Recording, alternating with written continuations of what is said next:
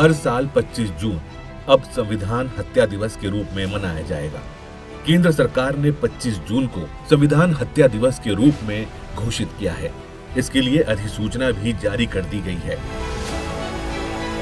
25 जून 1975 को तत्कालीन प्रधानमंत्री इंदिरा गांधी ने अपनी तानाशाही के चलते देश में आपातकाल लगाकर भारतीय लोकतंत्र की आत्मा को खत्म करने का प्रयास किया था।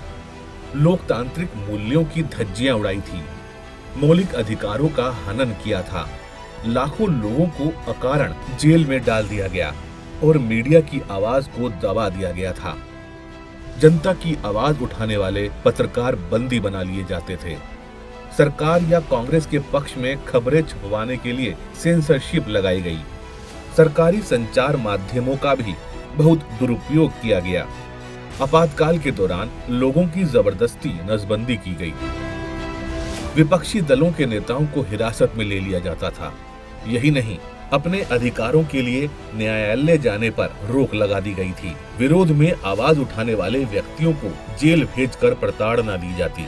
आपातकाल के इस काले दौर में भारत के संविधान से छेड़छाड़ कर उसमें अनैतिक व काले कानून जोड़ दिए गए थे। आपातकाल के विरोध में जनता की आवाज को बुलंद करने वाले राष्ट्रीय स्वयंसेवक संघ को भी निशाना बनाया गया। देश भर में संघ के कई प्रचारकों को जेल भेज दिया गया। 30 जून को तत्कालीन सरसंघचालक बाला साहब देवरस को भी नागपुर स्टेशन से गिरफ्तार कर लिया गया। साथ ही आपातकाल के दौरान बड़ी संख्या में संघ स्वयंसेवकों को भी जेल भेज दिया गया। उन पर तरह तरह के अत्याचार किए गए। जो टार्चर हुआ है, अधिकतर टार्चर जो पुलिस लॉकअप में हुआ वो स्वयंसेवकों पर ही हुआ है। अंडरग्राउंड लिटरेचर छपता था, उदाहरण के लिए कहाँ छप रहा है पूछेंगे तो स्वयंसेवक बोलता नहीं था, तो उनको टार्चर करने के बाद भी स्वयंसेवक के मुंह से शब्द नहीं निकलते थे। आपातकाल के खिलाफ संपूर्ण क्रांति का आह्वान करने वाले लोकनायक जयप्रकाश नारायण को भी गिरफ्तार कर लिया गया था।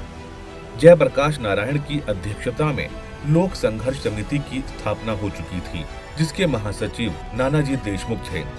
लोक संघर्ष समिति की ओर से आपातकाल विरोधी संघर्ष में 1 लाख से भी अधिक स्वयंसेवकों ने सत्याग्रह किया और बिना किसी गुनाह के बड़ी संख्या में उनको जेल में डाल दिया गया। अब भारत सरकार ने हर साल 25 जून को संविधान हत्या दिवस के रूप में मनाने का निर्णय किया है। यह दिन उन सभी लोगों के अदम्य साहस और विराट योगदान की याद दिलाएगा जिन्होंने 1975 के आपातकाल के कठिन समय में अमानवीय दर्द को झेला था। यह दिन उस कालखंड का स्मरण कराएगा जब एक अहंकारी प्रधानमंत्री ने अपने व्यक्तिगत स्वार्थ के लिए देश को गर्त में धकेलने का कुकृत्य किया था।